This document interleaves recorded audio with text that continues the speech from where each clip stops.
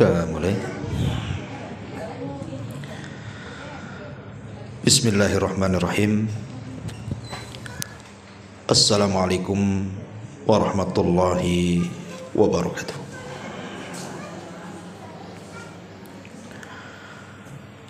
Alhamdulillah. Alhamdulillahilladzi hadana wa kafana waj'alana minal muslimin. Asyhadu an la ilaha illallah wahdahu rabbi la syarika lah wa asyhadu anna Muhammadan abduhu wa rasuluhu alladzi la nabiyya ba'da, amma ba'du. Alhamdulillah, segala puja dan puji hanya milik Allah Subhanahu wa taala. Salawat dan juga salam tak henti-hentinya kita curahkan kepada baginda alam Nabi besar Muhammad sallallahu alaihi wasallam. Pembahasan di pagi hari ini kita akan membahas amalan-amalan yang akan masuk ke dalam kuburan dan akan membela orang yang dalam kuburan dari para malaikat yang akan menyakiti kita dalam kuburan. Ma'asyiral muslimat yang dimuliakan Allah Azza wa Jalla, tentu juga masih ada kaitan dengan tazkiyatun nafas. Sebelum saya bahas apa saja amalan-amalan itu, baik kita akan baca riwayatnya baru kita jelaskan. Disebutkan dari hadis Abi Hurairah radhiyallahu anhu. Hadis ini disahihkan oleh Al-Imam Al-Hakim berdasarkan syarat Muslim dan disepakati oleh Al-Imam Al-Zahabi.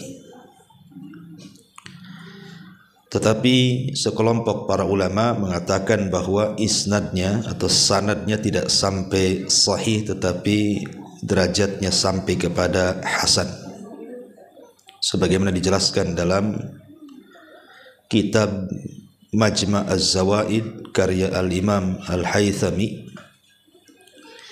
dan juga dicantumkan oleh Syekh Nasiruddin Al-Albani dalam kitabnya Sahihut Targhib dan juga Tarhib.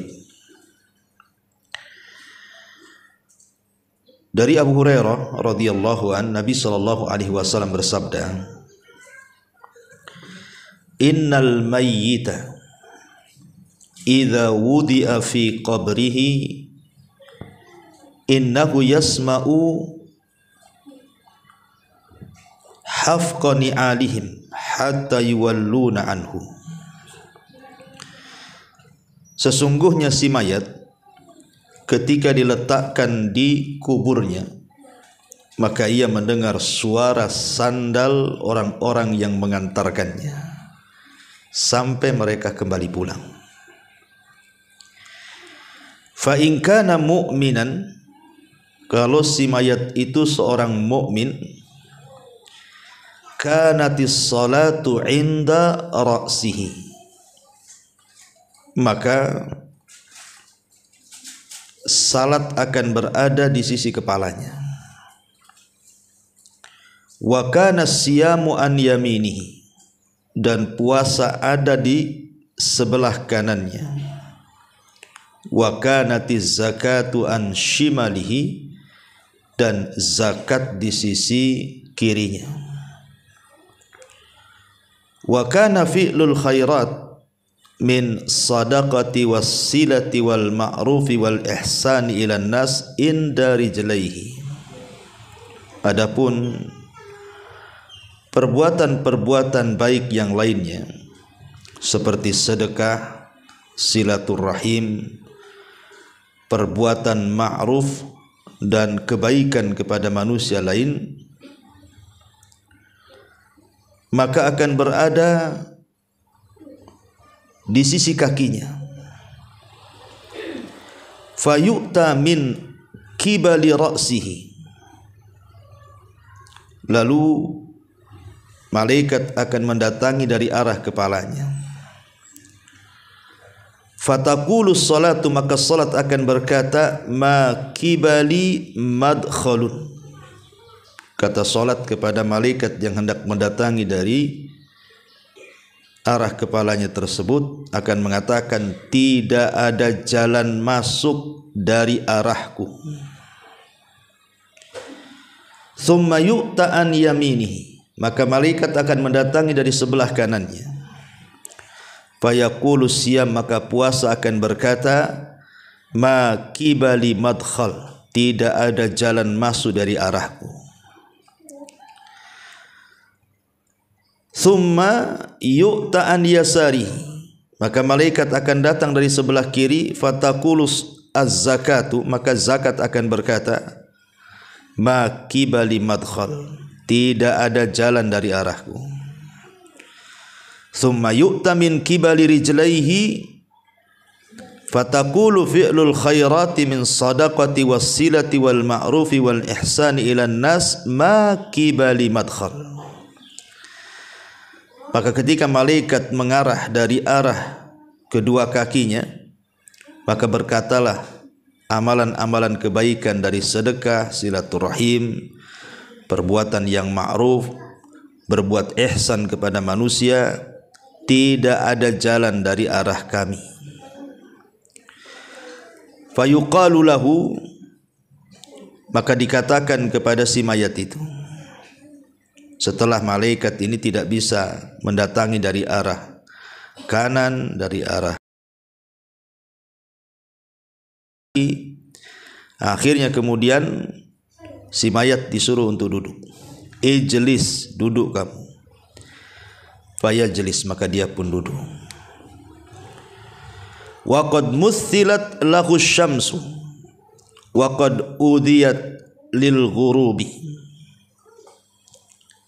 Kemudian setelah disuruh duduk, maka ia pun duduk, dan dihayalkanlah kepada si mayat ini bahwa matahari hampir terbenam.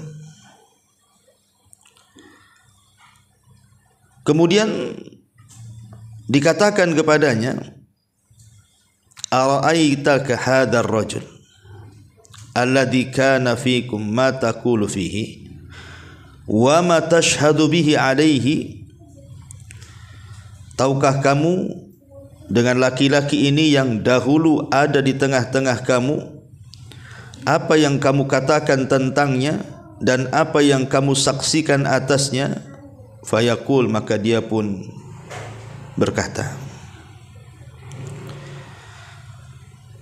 da'uni hatta usalli, jangan sibukkan dengan pertanyaan itu. Ini matahari mau tenggelam, aku mau sholat.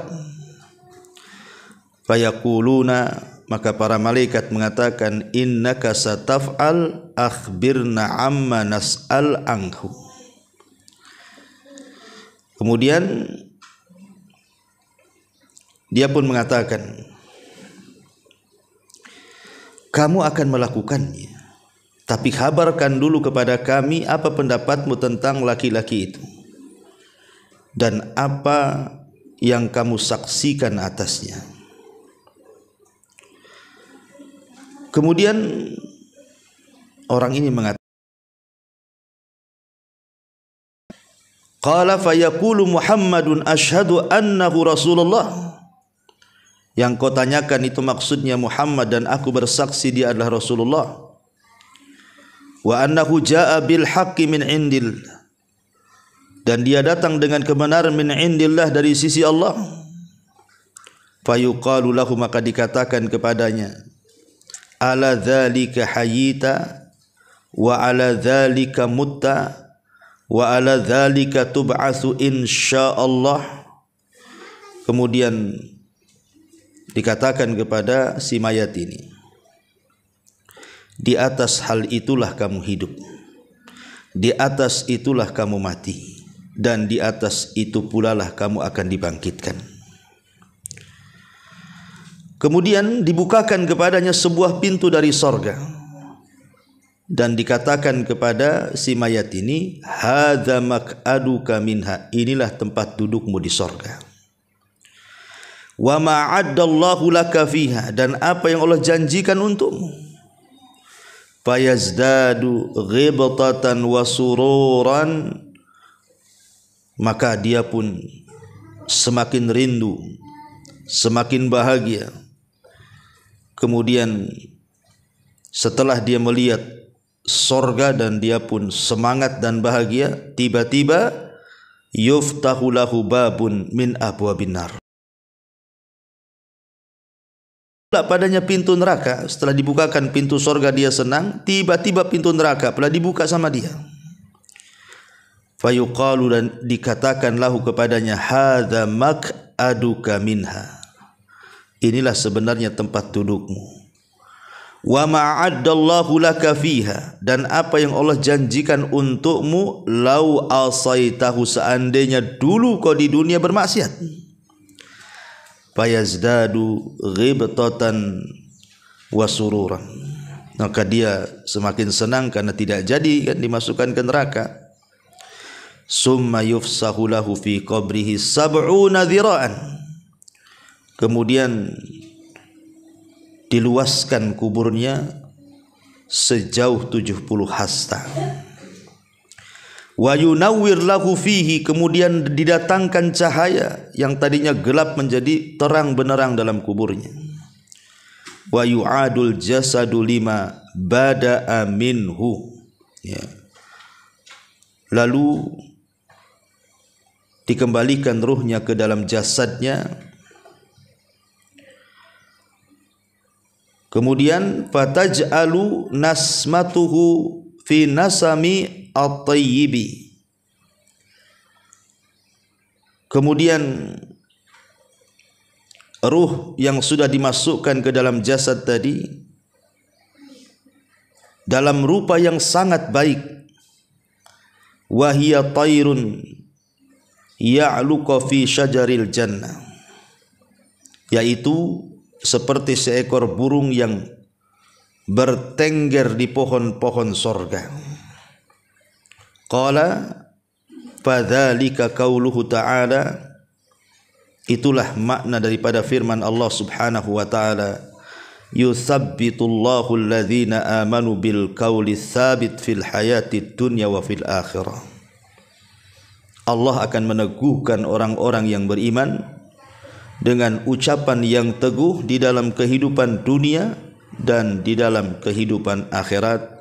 Surat Ibrahim ayat 27.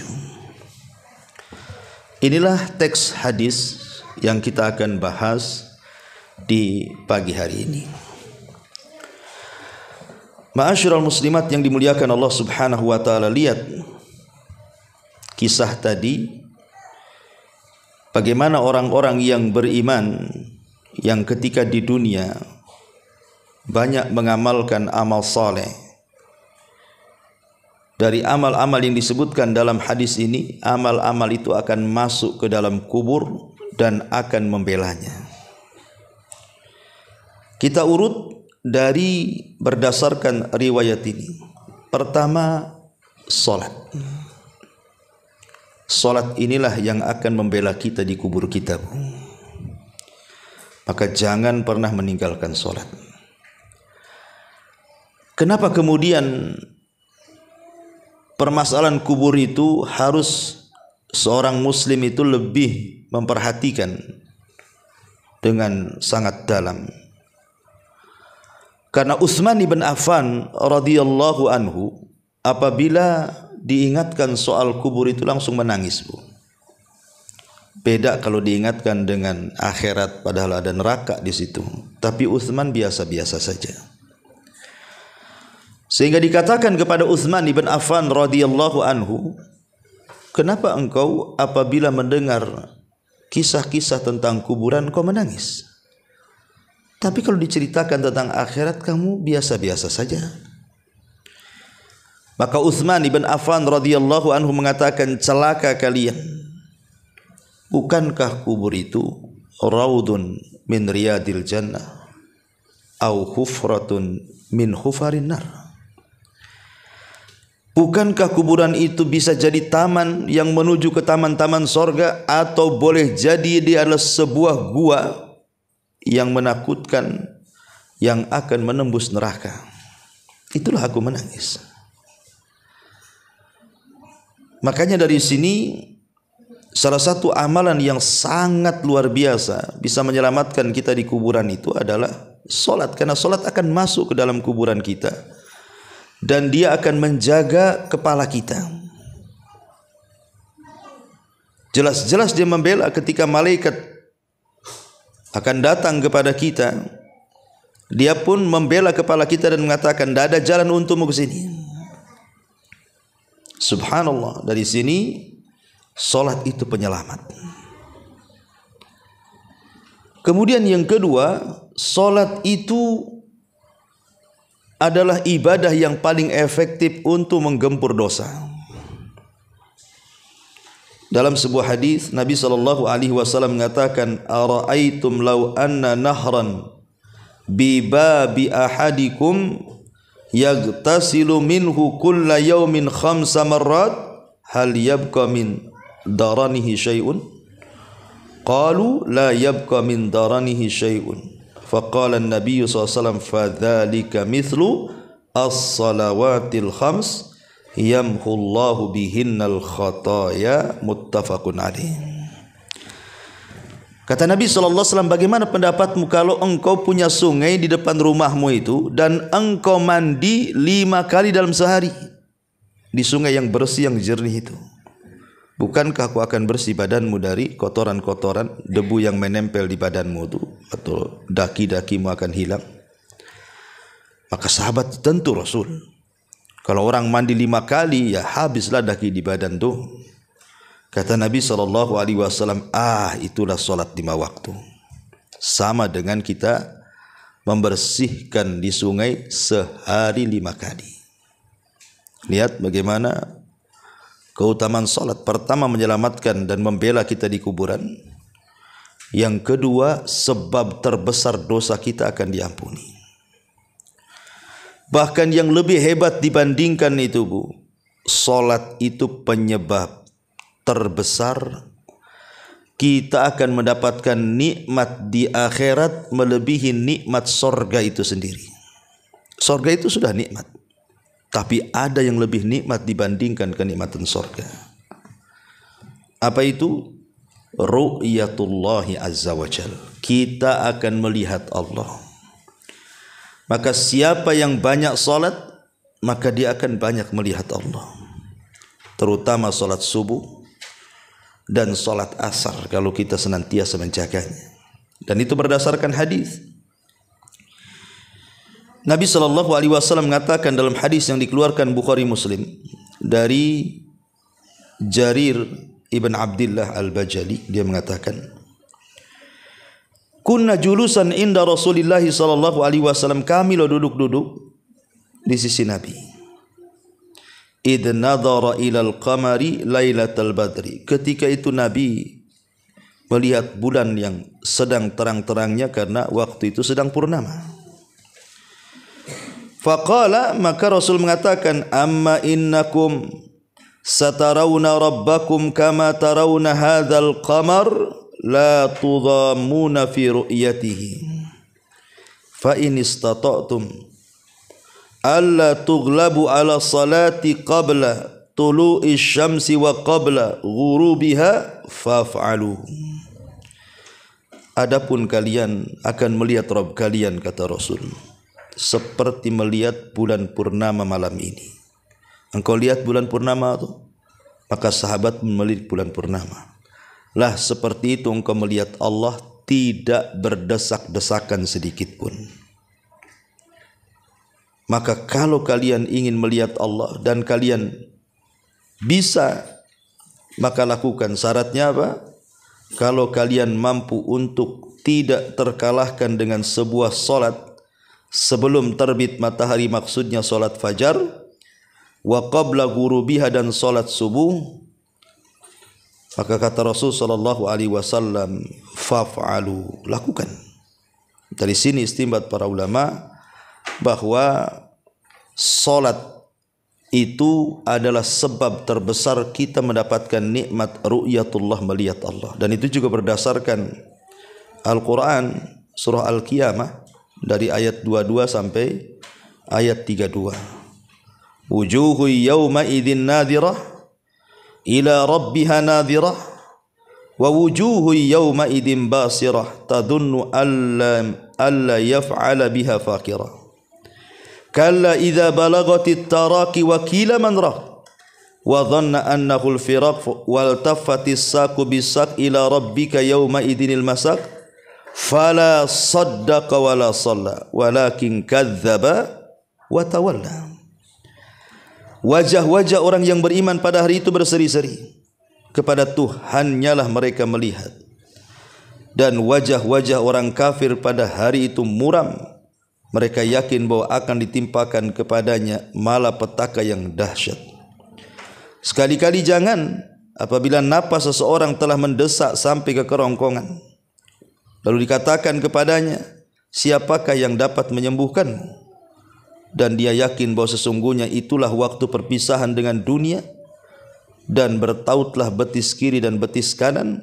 Kemudian Tuhanmu lah pada hari itu kamu dihalau, karena ia tidak mau membenarkan Rasul dan juga Al-Quran, dan tidak mau mengerjakan solat, tetapi ia mendustakan Rasul dan berpaling dari kebenaran. Nah, di sini di ujung ayat, ketika orang-orang kafir mereka dihalangi dari melihat Allah karena mereka tidak salat, menunjukkan bahwa kalau seandainya dia masuk Islam dan dia salat, maka tidak ada terhalangi antara dia dengan wajah Allah Subhanahu wa taala. Ini cukup 3 perkara ini saja. Ini sudah rahasia di balik salat luar biasa, Bu. Pertama, salat itu penyelamat kita di kuburan. Yang kedua, salat itu penggugur dosa terbesar. Dan yang ketiga, salat itu sebab terbesar kita melihat wajah Allah Subhanahu wa taala. Ini yang pertama. Yang kedua, sedekah. Sedekah, dan di sini juga disebut zakat dulu, kemudian sedekah. Apa sih bedanya zakat dengan sedekah nih, Bu? Ya.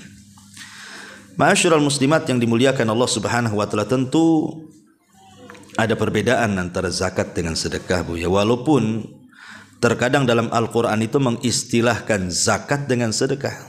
Seperti disebutkan dalam surah Taubah itu kan, Bu. Di mana Allah Subhanahu wa taala mengatakan dalam ayat ke-60, innamas shadaqatu lil fuqara, dan seterusnya. Jadi Allah membahasakan zakat itu dengan sedekah.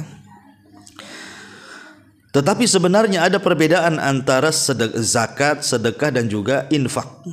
Ya, apa bedanya dari 3 kata yang sering kita dengar itu? Kita akan membahas apa perbedaan zakat dengan sedekah dulu. Zakat itu, Bu, itu diwajibkan Islam dengan benda-benda tertentu seperti emas, perak, pertanian, perdagangan, hewan ternak. Nah, itu khusus, itu berkaitan dengan itu zakat itu. Tapi kalau sedekah tidak mesti, ya, tidak mesti dengan yang sudah ditetapkan. Pamannya kalau zakat ternak, ada unta, ada sapi, ada kambing. Kalau sedekah tidak perlu, boleh juga pakai ayam, kan gitu ya. Mentok, bebek, terserah. Ya, lebih umum sedekah itu. Kemudian kalau zakat itu kan ditentukan tuh haul dan nisabnya, Bu. Harus setahun. Ya, kemudian ada nisabnya. Kalau sedekah kan tidak ditentukan, harus setahun, dan tidak ditentukan kadar nisabnya juga gitu ya. Kemudian yang ketiga, zakat itu diberikan kepada orang-orang tertentu yang disebutkan oleh surah At-Taubah 60 itu kan 8 asnaf. Tapi kalau sedekah sama orang kaya pun boleh. Ya, namanya sedekah, nolong, ya kan? Kemudian yang nomor 4, orang yang mati dan dia punya hutang zakat, Bu, maka ahli warisnya harus mengeluarkan dari harta warisannya. Kalau sedekah tidak. Ya. Kemudian yang nomor 5, orang yang tidak mau bayar zakat, Bu, itu akan diazab. Berdasarkan hadis yang ma'ruf kan, bagaimana azab orang yang meninggalkan zakat. Tapi kalau orang meninggalkan sedekah, Walaupun dia sanggup sedekah ya nggak mungkin diazab karena kan sifatnya sunnah, kalau zakat wajib gitu ya. Kemudian zakat ini berdasarkan madhab imam yang 4 ya, tidak boleh diberikan kepada keluarga yang merupakan usul ataupun furu. Usul itu maksudnya bapak ke atas, furu itu maksudnya anak ke bawah, cucu, cicit gitu ya. Kalau bapak ke atas kan bapak, kakek, buyut dan begitu seterusnya. Itu zakat tidak boleh diberikan kepada mereka karena memang kewajiban kita menafkahi mereka. Tapi kalau sedekah boleh, baik ke atas atau ke bawah. Kemudian juga yang nomor 7, zakat itu tidak boleh diberikan kepada orang kaya ataupun orang yang kuat bekerja. Tapi kalau sedekah boleh ya. Kemudian yang nomor 8,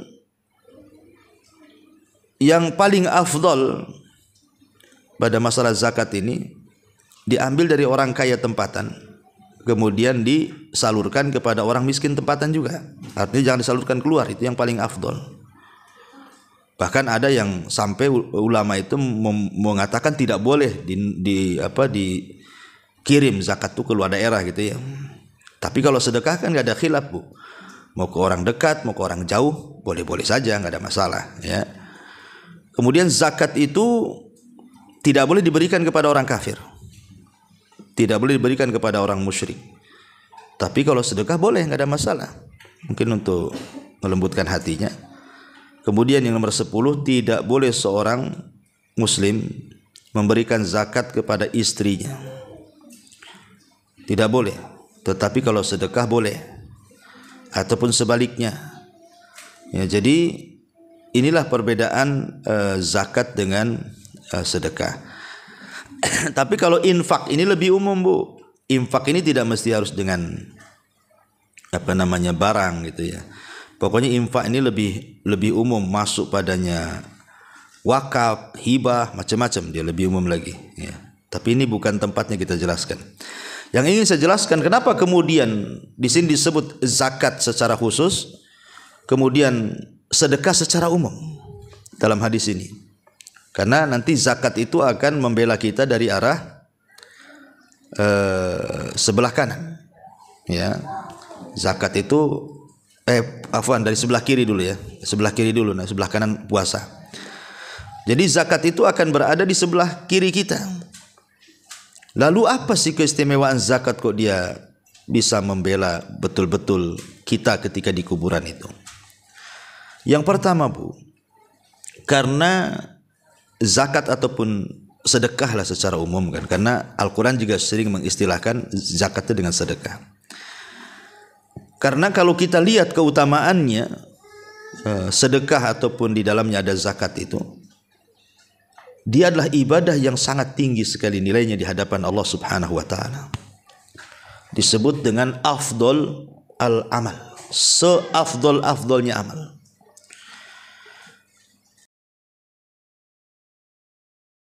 Maka Rasul mengatakan idkhal as-surur 'alal mu'min, memasukkan kebahagiaan kepada hati seorang mukmin.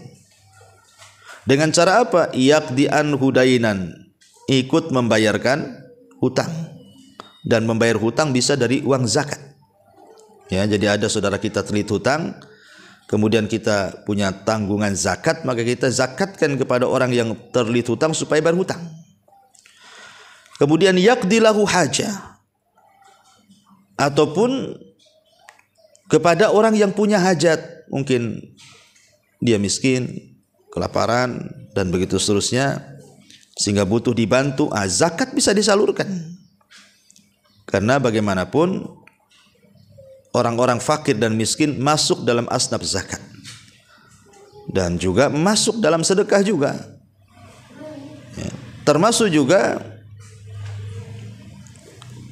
yanfusulahu kurbatan, bisa menghilangkan kurba, kesulitan. Intinya bahwa sedekah dan zakat ini seafdal-afdal amal. Yang kedua, bisa menghindarkan mara bahaya. Kata Nabi SAW, sana'iul ma'ruf taqi masari as-su wal afat wal muhlikat. Jadi perbuatan-perbuatan bisa memalingkan kita dari perbuatan buruk atau kejadian buruk atau peristiwa yang akan menghancurkan, peristiwa yang akan mencelakakan.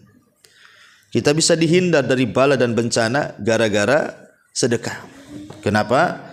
Karena sedekah ini bisa menggugurkan atau meredam, ya, bahasanya meredam kemurkaan Allah Subhanahu wa ta'ala. Ya. Termasuk juga orang yang bersedekah itu pahalanya dilipat gandakan. Pahala orang bersedekah itu lipat gandakan. Sampai Allah mengatakan dalam surah Al-Hadid ayat 18 itu kan, innal musaddiqina wal musaddiqati innal musaddiqina wal musaddiqati wa aqridullaha qardan hasana yudha'af lahum wa lahum ajrun karim. Ketika Allah mengatakan dan mereka wa aqradu menggadaikan dengan Allah Subhanahu wa taala dengan gadaian yang baik, maka akan dilipat gandakan tuh pahalanya dan bagi mereka pahala yang baik. Dan banyak lagi, karena seperti mampu menghapuskan dosa-dosa, ya jelas ya kan.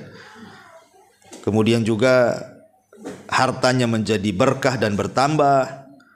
Kemudian juga bisa terjaga dari azab Allah, dan penyebab terbesar juga masuk surga. Kemudian juga sedekah sebagai dalil keimanan kita. Maka disebut sedekah itu dari kalimat sodaqah, membenarkan. Jadi ketika sedekah itu kalau kita tidak bersedekah padahal kita mampu sedekah, berarti dipertanyakan keimanannya, karena itu menunjukkan kejujuran iman seseorang sedekah itu. Ya.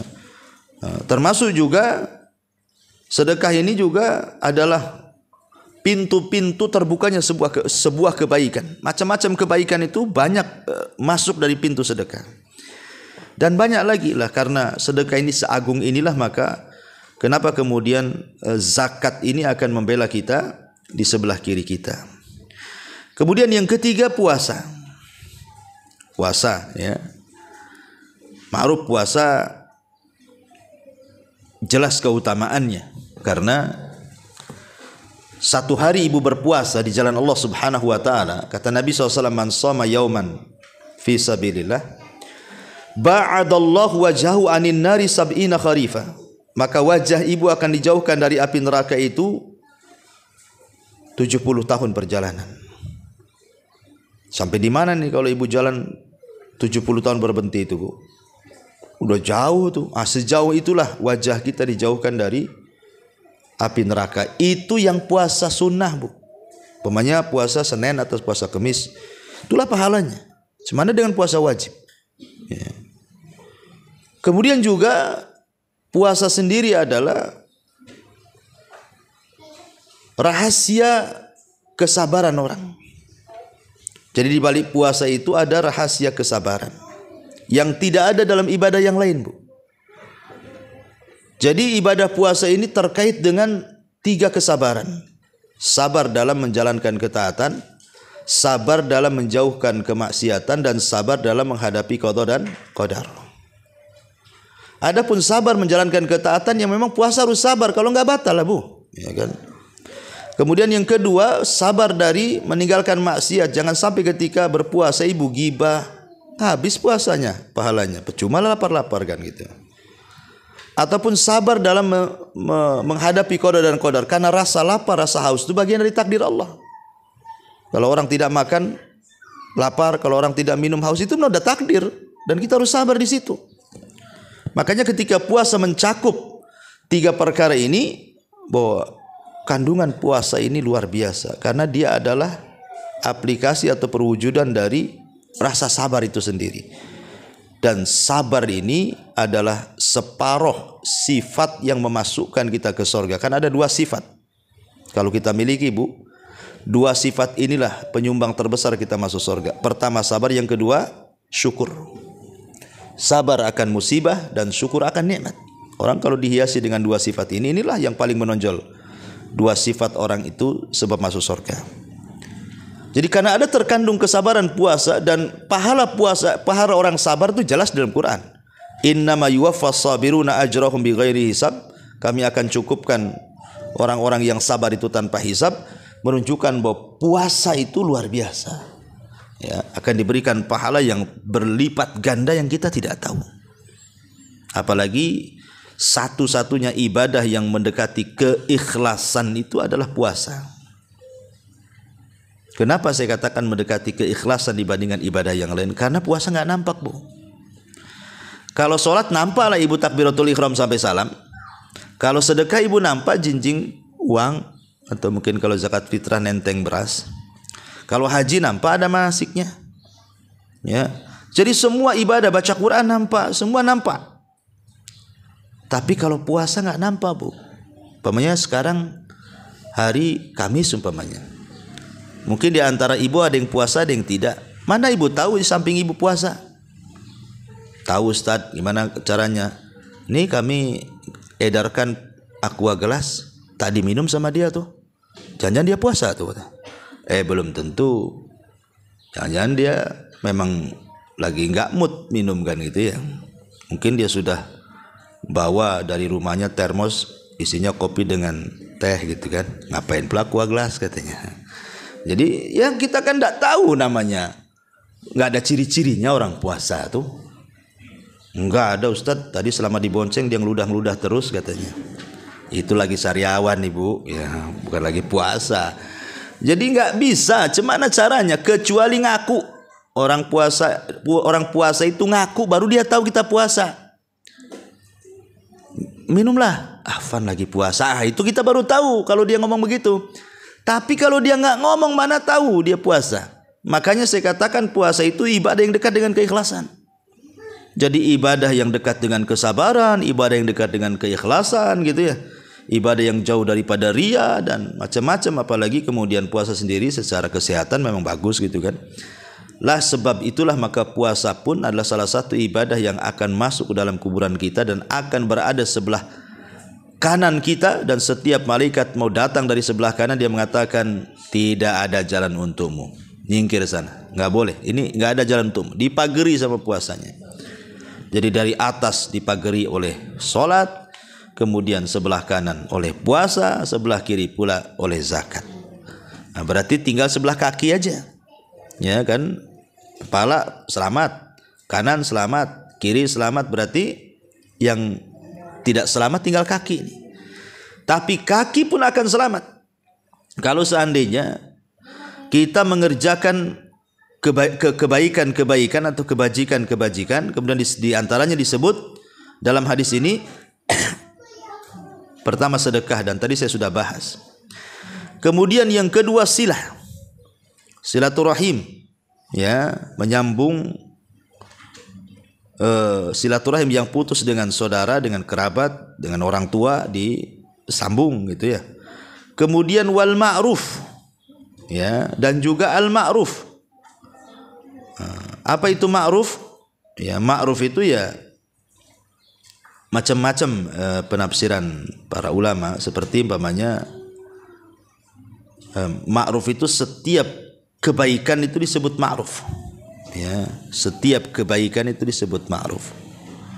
Umpamanya ibu senyum itu bagian daripada ma'ruf. Ibu nolong orang itu bagian ma'ruf gitu ya. Pokoknya hal-hal yang dipandang baik itu disebut ma'ruf. Kemudian juga al-ihsan ilal ghair, berbuat baik kepada orang lain. Al-ihsan dikatakan oleh Imam At-Tabari artinya antakuna sariratuhu ahsan min alaniyatihi. Jadi yang dimaksud ihsan itu yang tersembunyi itu harus lebih baik dibandingkan yang nampak. Yang tersembunyi di hati itu lebih baik dibandingkan yang tampak. Tapi kan kita malah terbalik, yang tampak lebih baik. Makanya sering saya nasihatkan, Bu. Kadang-kadang ada orang yang mungkin dapat hidayah baru masuk gitu kan. Kemudian dia mulai ngaji, dengar YouTube, mulai pakaiannya baguslah, nutup aurat, ya, pakaiannya besar-besar, pakai niko, pakai jilbab, pakai kaos kaki kan gitu. Jangan sampai hijrah itu hanya sekedar hijrah pakaian. Itu yang banyak di masyarakat nih. Hijrah itu cuma pakaiannya saja. Jadi yang ketika dia hijrah itu yang dipikirkan itu pakaian aja. Ya, setiap pegang handphone Bu, masuk ke Tokopedia itu Bu, itu yang klik di pertama cadar. Keluar macam-macam cadar. Pakaian syar'i, keluar macam-macam. Itu aja ditengok tuh. Kemudian pikir nih, gimana belinya, di mana, gimana cara dapat duitnya. Harus dikumpulkan nih setahun baru bisa nih. Nah, jadi atau kalau keluar itu dandan di kaca itu sampai mau pecah kacanya Bu. Jadi mungkin saking lamanya gitu ya. Itu kan takut mereng, takut ada binti, takut apa. Apa yang mau dilihatkan ibu aja pakai cadar kan gitu. Nah, ibu mau lihatkan pakaian kan berarti di situ. Lah jangan sampai hijrah itu hanya di pakaian. Jangan sampai itu enggak ihsan namanya. Karena ihsan itu disebutkan oleh Imam Tabari yang di dalam itu harus lebih baik dibandingkan yang di luar. Ya, karena banyak gitu ya. Kok udah ngaji masih gibahnya lebih dahsyat dibandingkan ketika masih belum ngaji. Kenapa saya katakan lebih dahsyat? Karena kalau belum ngaji mungkin belum tahu ilmunya Bu, belum tahu dosanya. Yang gibah aja dia kerjanya. Ini udah ngaji, udah tahu dosanya. Ustaz-ustaz pun udah sering udah bolak-balik nasihati dari macam-macam ustaz. Tetap aja gibah. Gibahnya beda. Ya, kalau di masyarakat ya gibahnya ya umum lah. Biasanya gibah tetangga kalau baru beli motor, beli mobil, bisa bangun rumah, ada tamu. Itu mulai itu digibahi sama itu. Tapi kalau udah ngaji, ya itu juga bagian gibah, tapi biasanya gibahnya lain. Ya gibahnya agak syar'i lah. Nggak ada gibah syar'i itu ya. Ya gibah ya dosa lah. Nah, cuman yang digibah ya sesama umahat yang sudah ngaji, sampai ke ustadznya digibahi kan itu ya. Jadi kena semua. Gibah masalah dilarang, jangan ngaji ke sana. Itu saya dengar Ustadz Anu itu gini, ustadznya yang kena. Ya, itu kan gibah Bu. Nah, jadi beda hukum itu. Lebih parah lagi orang ngaji gibahnya. Karena dia tahu hukum masalahnya. Jadi saya nasihatkan kalau bisa hijrah ya hijrah. Mendingan hijrah hatinya daripada pakaiannya. Daripada hijrah pakaian hatinya tak pula tak hijrah masih kotor, masih penuh hasad, dengki dan begitu seterusnya. Karena itu belum sampai ke taraf ihsan namanya. Nah ihsan juga disebutkan dalam sebuah riwayat dari Musnad Abi Hanifah rahimahullahu taala. Dia mengatakan qala al-ihsan an ta'mala lillah. Tiap yang kita beramal ditujukan kepada Allah itulah ihsan. Dan dalam riwayat Muslim antahsyallaha ka'annaka tarahu fa innaka illam takun tarahu fa innahu yara. Jadi ihsan itu seolah-olah kau takut kepada Allah. Kalaupun tidak bisa maka yakinlah Allah melihat kita. Ya. Intinya bahwa ihsan itu kalau diterjemahkan adalah kebaikan. Dan kebaikan itu sering saya ulang-ulang Bu. Ya, jangan meremehkan sekecil apapun kebaikan. Walaupun kecil. Jangan. Karena kecil ini terkadang bisa menyelamatkan orang dari neraka dan dimasukkan ke surga. Sampai-sampai Rasul mengatakan fattakun nar walau bisyikit tamrah. Takutlah akan neraka walaupun kau sedekah dengan separuh biji kurma. Separuh kurma itu mana mengenyangkan Bu. Tapi Rasul mengatakan seperti itu. Karena nanti pada hari kiamat itu ada orang-orang Bu diletakkan di tempat yang paling tinggi di antara sorga dan neraka, yang disebut dengan Ashabul A'raf. Ashabul A'raf itu diletakkan di tempat yang tinggi sekali. Kalau dia memandang sorga, pengenlah dia masuk sorga. Kalau dia memandang neraka, nampaklah kawan-kawan dia yang bejat-bejat itu di neraka. Dia pun mencaci maki orang-orang yang masuk neraka, kemudian dia pun takut kalau dimasukkan ke dalam neraka. Kenapa coba Ashabul A'raf itu kok diletakkan di tengah-tengah gitu? Padahal kebaikannya banyak, Bu. Harusnya kan dia masuk surga. Rupanya yang menghalangi dia masuk surga karena kejahatannya sama dengan kebaikannya. 50-50, 50%, 50%. Sehingga dia tidak masuk surga karena kejahatannya 50%, tidak bisa dimasukkan ke neraka karena ada kebaikan 50%. Coba kalau seandainya dari 50% yang ia punya dari kebaikan itu, mungkin ditambahlah dengan cara tadi infak walaupun separuh kurma. Kan ada nambah poin, Bu. Okelah nambah poin 1. Atau dengan 1 rakaat salat witir, atau 1 ayat dalam Quran. Tentukan dari yang tadinya 50% ke 50%, anggaplah kebaikannya tambah 1, 51% kebaikannya, dan keburukannya 49%, yakin masuk surga, Bu. Tapi sebaliknya kalau angka 1 itu dipindah ke keburukan, kebaikannya 49%, kemudian keburukannya 51%. Wah, itu dipastikan masuk neraka, Bu. Karena manusia itu terbagi menjadi 3 kelompok. Kelompok yang pertama yang berat timbangannya, walaupun hanya 1%, direct masuk surga, nggak ada cerita neraka. Kedua, orang yang berat timbangan buruknya, direct masuk neraka. Ya tentu tergantung amalannya, apakah dia lama atau tidak neraka. Kemudian yang ketiga yang tengah-tengah, kebaikan dan keburukannya sama, itulah Ashabul A'raf. Jadi jangan sampai dalam sehari ini kita tidak berbuat baik. Ya, mungkin berbuat baik itu kan maksudnya baik kepada diri sendiri, kepada orang lain, atau kepada Allah. Banyak kok caranya kok. Kita bisa mendapatkan pahala dalam 1 hari itu. Jangan 1 hari 1 detik pun itu bisa ibu bisa dapat pahala. Zikir aja lah. Subhanallah, nggak sampai 1 detik dapat pahala. Ya, jadi jangan sampai remehkan, kata Rasul, la tahqiranna minal ma'rufi syai'an walau antal wajhaka biwajhin talqin. Jangan remehkan sekecil apapun kebaikan, hatta walaupun hanya sekedar melemparkan senyum kepada saudaramu. Wallahu a'lam. Inilah tema kita. Taib, sebelum saya tutup, kita buat tanya jawab.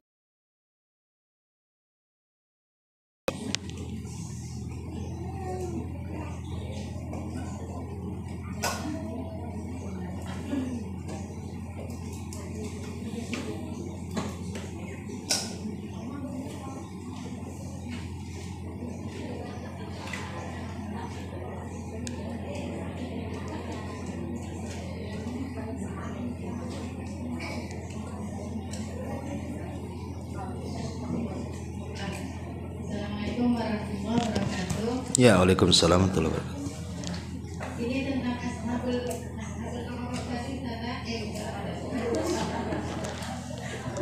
apa tadi? Ustazah? Iya, gimana? Itu kan diletakkan di tempat yang tertinggi, itu yang sama berarti saja. Iya.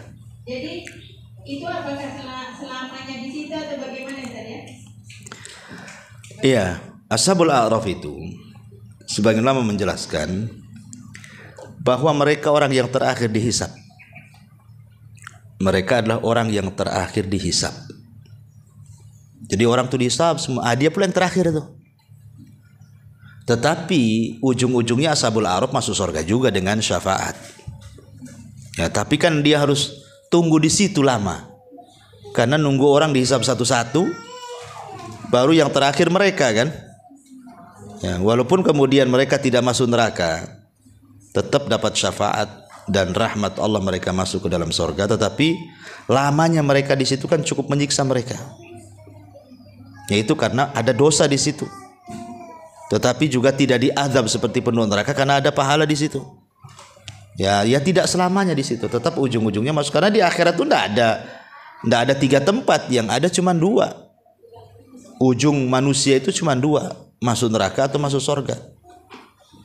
Ashabul A'raf itu hanya menunggu hisab saja. Ya, jadi ujung-ujungnya cuma 2 tempat itu saja. Wallahu a'lam. Oh iya.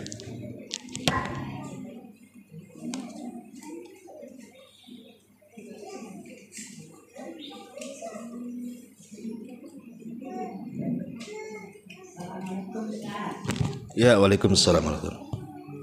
Ini yang saya tanyakan masalah fitrah. Kalau kita berfitrah bulan puasa itu dibayarkan anak, sedangkan kita masih bisa gitu ya Ustaz ya. Jadi bagaimana itu Ustaz, kalau anak yang bayarkan kita dapat pahalanya atau anak yang dapat pahalanya Ustaz? Iya. Ya, kalau memang ibu sanggup, sebaiknya tidak usah dibayarkan anak. Karena memang ibu ada rizki kan. Karena memang apa sih tujuan zakat fitrah itu, Bu? Tujuan zakat fitrah itu adalah untuk menyempurnakan kekurangan-kekurangan kita saat puasa Ramadan. Ya, kita tidak tahu lagi puasa, mungkin kita ini gibain orang, ya kan? Mungkin kita dusta, mungkin kita jelekin orang, rendahin orang, kan kita tidak tahu, Bu. Sama dengan sholat, kadang khusyuk, kadang tidak, kadang melamun, ya kan? Sholat kan gitu juga, Bu. Lah sholat rawatib itu bisa nempel kekurangan sholat wajib. Lah zakat fitrah itu untuk menempel kekurangan ibu puasa selama Ramadan. Jadi dikurangi dengan, disempurnakan dengan zakat fitrah itu. Karena itu untuk membersihkan orang yang berpuasa. Itu salah satunya fungsinya, karena banyak fungsi yang lain kan. Cuman ini salah satu fungsi yang berdasarkan nas hadis seperti itu. Tuhratun lis-shaimin, untuk membersihkan orang-orang yang berpuasa. Sehingga kalau bisa jangan difitrahkan orang kalau kita sanggup. Ya, fitrahkan diri sendiri saja. Nah, tapi kalau seandainya anak itu memberikan uang kepada ibu untuk zakat fitrah gitu ya, artinya diterima dulu sebagai pemberian anak, bahwa uang itu adalah sudah jadi hak milik ibu. Nah, dengan uang itu ibu bisa belikan beras. Ya, tidak ada masalah seperti itu. Jadi anak ingin berbuat baik, dia ngasih uang sama orang tuanya. Nah, uang yang dari anak itu kan sudah milik ibu tuh, bukan milik orang anaknya lagi. Dibelikan. Nah, tapi kalau memang ibu kasihan anaknya juga masih susah gitu ya, dan ibu sanggup, ya bayar sendiri aja lah zakat fitrah. Itu lebih afdal. Ya, wallahu a'lam. Iya. Mohon dijelaskan tentang amalan yang membuat orang bisa masuk surga tanpa hisab. Yang keduanya, bagaimana kita berdoa bisa dimasukkan dalam keadaan sakit. Maksudnya gimana? Amalan-amalan yang bisa seseorang itu bebas dari hisab gitu. Oh. Terus yang keduanya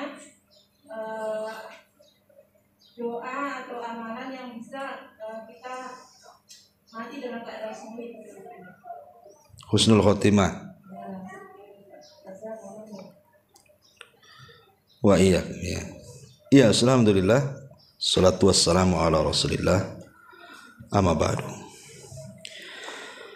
Ada sebuah hadis yang ma'ruf ya, ketika Nabi sallallahu alaihi wasallam diperlihatkan umatnya pada hari kiamat. Jadi ada di antara umatnya itu 70.000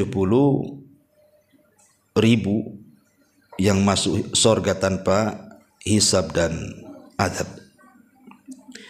Lah salah satunya, kemudian Nabi SAW menjelaskan itu maksudnya siapa sih kelompok ini.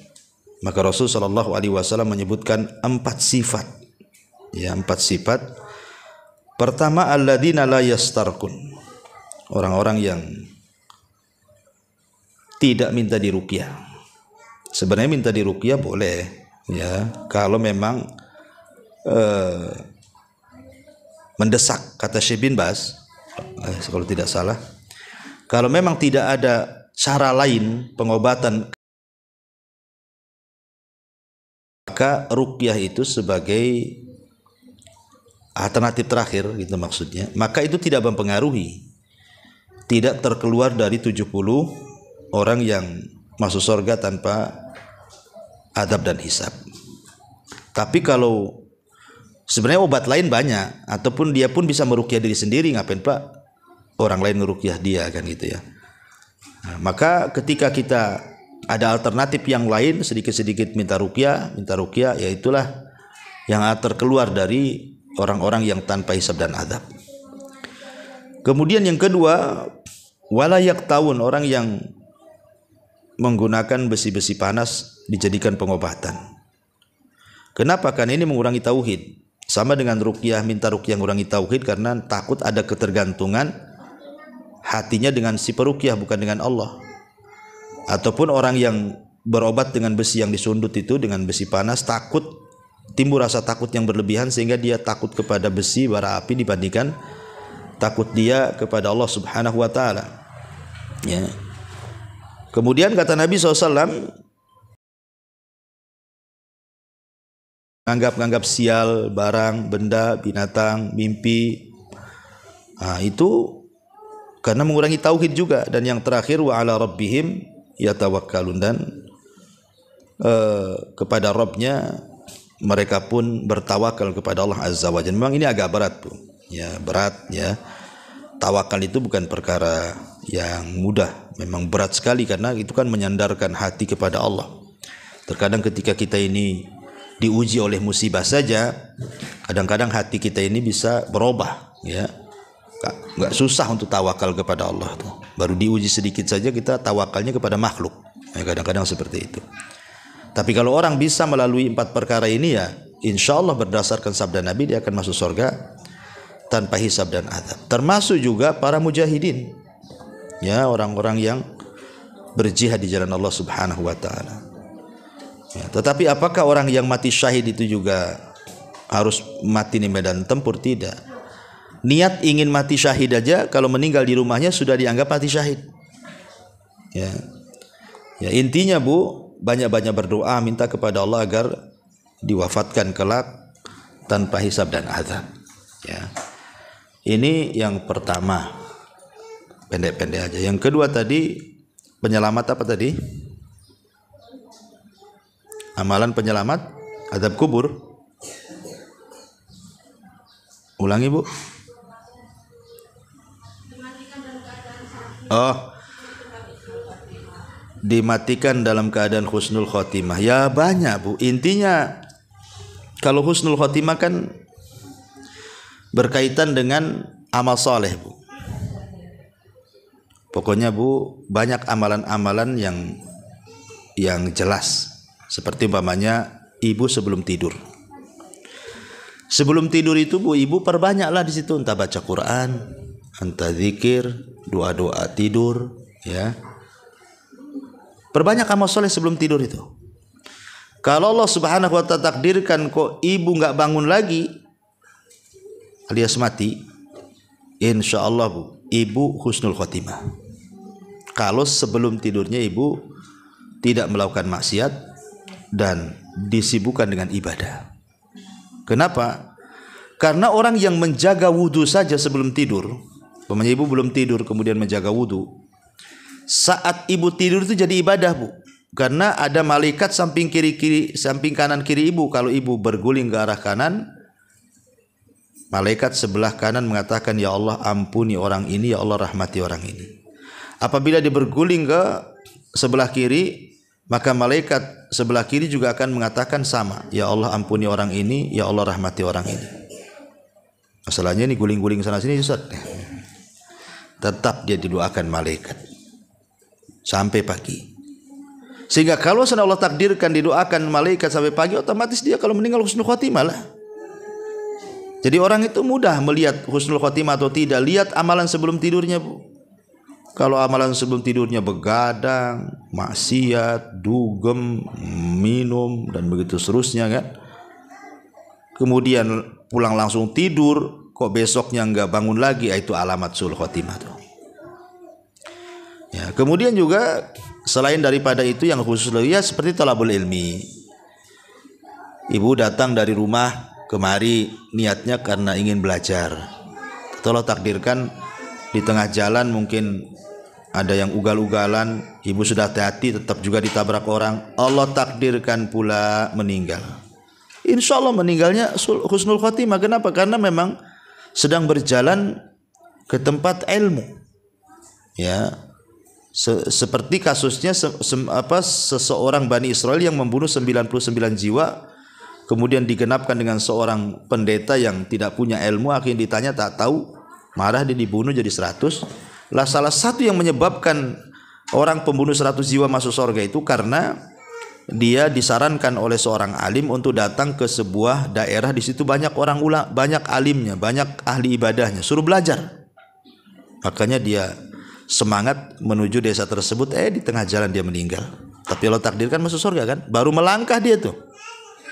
Ya, jadi dan banyak lagi, intinya perbanyak amal soleh, perbanyak zikir, perbanyak istighfar. Karena bagaimanapun ada hadis yang mengatakan manusia itu bangkit atau dibangkitkan pada hari kiamat sebagaimana ketika dia mengakhiri kehidupannya, dan orang itu akan diwafatkan oleh Allah sebagaimana kebiasaan hidupnya. Kalau kebiasaan hidupnya banyak maksiat, diwafatkan seperti itu. Kalau kebiasaan hidupnya banyak ibadah, maka akan diwafatkan seperti itu dan akan dibangkitkan seperti itu. Wallahu alam. Pembahasan ini panjang, kalau cerita sul khotimah husnul khotimah ini perlu kajian lagi yang lebih mendalam, tapi cukuplah sebagai pengetahuan. Sampai di sini Bu. Subhanakallahumma bihamdika asyhadu an la ilaha illa anta astaghfiruka wa atubu ilaik. Allahu ta'ala a'lam. Assalamualaikum warahmatullahi wabarakatuh.